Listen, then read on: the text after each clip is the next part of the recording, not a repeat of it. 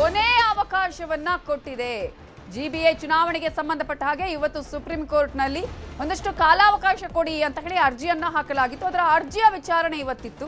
ಇದೀಗ ಮತ್ತೆ ಕಾಲಾವಕಾಶ ಸಿಕ್ಕಿದೆ. ಪೋಸ್ಟ್ಪೋನ್ ಮಾಡೋದಕ್ಕೆ ಮತ್ತೆ ಅವಕಾಶ ಸಿಕ್ಕಿದೆ.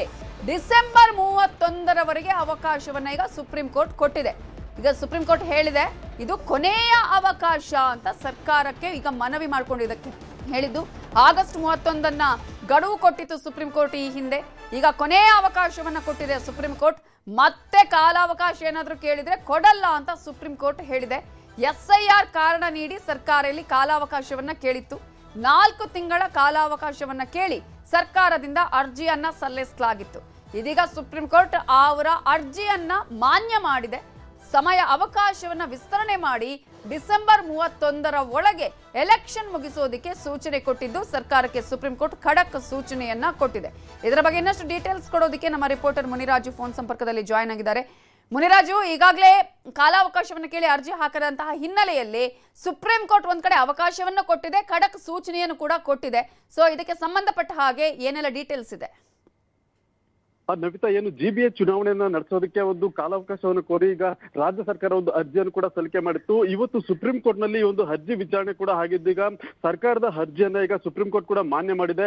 ಅಂದ್ರೆ ಡಿಸೆಂಬರ್ 31ರ ಒಳಗಡೆ ಚುನಾವಣೆ ನಡೆಸಬೇಕು ಅಂತೇಳಿ ಒಂದು ಖಡಕ್ ಆಗಿ ಒಂದು ಸೂಚನೆ ಕೂಡ ಕೊಟ್ಟಿರೋದು. ಮತ್ತೆ ಇದೇ ಕಡೆ ಒಂದು ಅವಕಾಶ ಕೂಡ ಆಗುತ್ತೆ. ಮುಂದೆ ಈ ಒಂದು ಏನು ಸಮಯಾವಕಾಶವನ್ನು ವಿಸ್ತರಣೆ ಮಾಡೋದಿಲ್ಲ ಅಂತೇಳಿ ಒಂದು ಎಚ್ಚರಿಕೆಯನ್ನು ಕೂಡ ಈಗ ಸುಪ್ರೀಂ ಕೋರ್ಟ್ ಕೊಟ್ಟಿರುವಂತದ್ದು. ಆದ್ರಿಂದ ಡಿಸೆಂಬರ್ 31ರ ಒಳಗಡೆ ಒಂದು ಚುನಾವಣೆಯನ್ನ ನಡೆಸಬೇಕು ಅಂತೇಳಿ ಈಗ ಸುಪ್ರೀಂ ಕೋರ್ಟ್ ಕೂಡ ಒಂದು ಖಡಕ್ ಆಗಿ ಹೇಳಿರುವಂತದ್ದು. ಆದ್ರಿಂದ ಈಗ ಸದ್ಯ ಈಗ ರಾಜ್ಯ ಸರ್ಕಾರ ಕೂಡ ಈ ಒಂದು ಅವಧಿಯಲ್ಲಿ ಚುನಾವಣೆಯನ್ನ ನಡೆಸಬೇಕಾದಂತ ಒಂದು ಅನಿವಾರ್ಯತೆ ಕೂಡ ಈಗ ಎದುರಾಗುತ್ತೆ. ಯಾಕಂದ್ರೆ ಈಗ ಆಗಸ್ಟ್ 31ರ ಒಳಗಡೆ ಒಂದು ಚುನಾವಣೆಯನ್ನು ನಡೆಸೋದಕ್ಕೆ ಈಗ ಸುಪ್ರೀಂ ಕೋರ್ಟ್ ಈ ಮೊದಲಿನ ಒಂದು ಏನು ಗಡುವನ್ನು ಕೂಡ ನೀಡಿತ್ತು. ಆದ್ರೆ ಈಗ ರಾಜ್ಯದಲ್ಲಿ ಒಂದು SIR ಪ್ರಕ್ರಿಯೆ ಕೂಡ ನಡೀತಾ ಇರೋದ್ರಿಂದ ಅದರಲ್ಲೂ ಪ್ರಮುಖವಾಗಿ ಬೆಂಗಳೂರು ನಗರದಲ್ಲಿ ಕೂಡ SIR ನಡೀತಾ ಇದೆ. ಮತ್ತೆ ಸಾಕಷ್ಟು ಸಿಬ್ಬಂದಿಗಳು ಕೂಡ ಈಗ SIR ಪ್ರಕ್ರಿಯೆಯಲ್ಲಿ ಭಾಗಿಯಾಗಿದ್ದಾರೆ.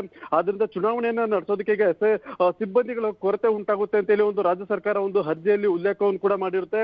ಮತ್ತೆ ಈಗಾಗಲೇ ಏನು ಬೆಂಗಳೂರು ನಗರದಲ್ಲಿ 1,03,00,000 ಜನಸಂಖ್ಯೆ ಇದೆ. ಮತ್ತೆ ಸುಮಾರು 40 ಲಕ್ಷ ಮನೆಗಳನ್ನು SIR ಪ್ರಕ್ರಿಯೆಯಲ್ಲಿ ಒಳಪಡಿಸಬೇಕಾಗುತ್ತೆ ಅಂತ ಹೇಳಿ ಕೂಡ ಮನವಿ ಏನು ಅರ್ಜಿಯಲ್ಲಿ ನಮೂದು ಮಾಡಿರ್ತಾರೆ.